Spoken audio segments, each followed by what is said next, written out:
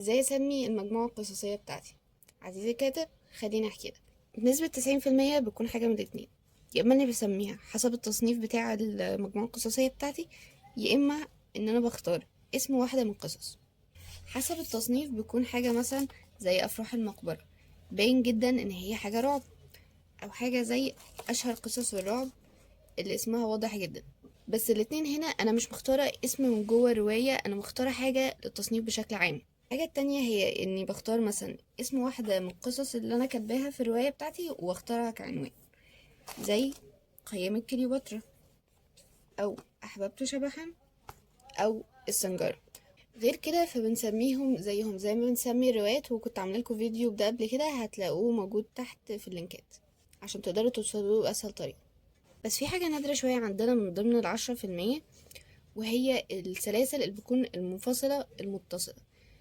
طيب يعني ايه سلسلة منفصلة متصلة؟ يعني مثلا كل قصة بتبقى قايمة بذاتها، كل واحدة مختلفة عن التانية، لكن بيبقى فيه نقطة واحدة مشتركة ما بينهم كلهم، سواء ان دي كانت شخصية او مكان او أداة او اي حاجة تانية غيرها. وهنا بتكلم مثلا عن حاجة زي الغرفة 207 للدكتور أحمد خالد توفيق. الحاجة المشتركة ما بين كل القصص هي إن كلها بتحصل. طيب الأهم بقى من كل ده إن أنا في كام نقطة عايزاك ضروري تاخد بالك منها. أولا، لازم أكون كاتبة إن دي مجموعة قصصية.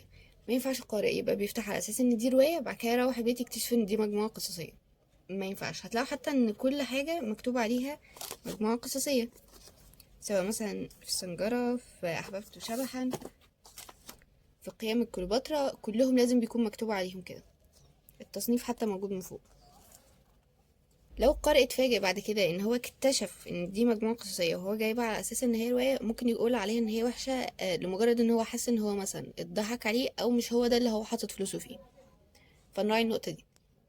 الحاجة التانية هي ان انا لازم اخد بالي كويس قوي لو انا حاطة اسم مبهم، زي مثلا السنجرة.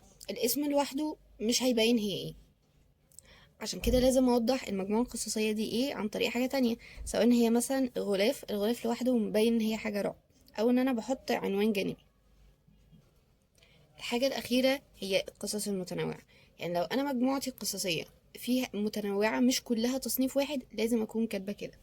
ليه؟ عشان أستهدف الجمهور المناسب بتاعي. يعني معظم المجموعات القصصية بتكون مثلا لو العنوان مثلا في حاجة رعب، بتكون المجموعة القصصية كلها رعب. طيب حاجة شبه قيامة كليوباترا مثلا، أي حد هيقرا الاسم أول حاجة هتيجي في دماغه إن دي مجموعة قصصية كلها بتتكلم عن حاجات فرعونية.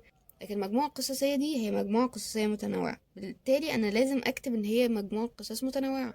عشان في ناس بتحب التصنيف ده جدا، ان هي تبقى كل قصة حاجة مختلفة عن التانية، وفي ناس بتكرهه بتبقى عايزة حاجة معينة. فبالتالي لما انا بعمل الحركة دي انا بستهدف الجمهور الصح اللي هو بيكون بيدور على نوع المجموعة القصصية بتاعتي دي. كده عزيزي الكاتب تكون عرفت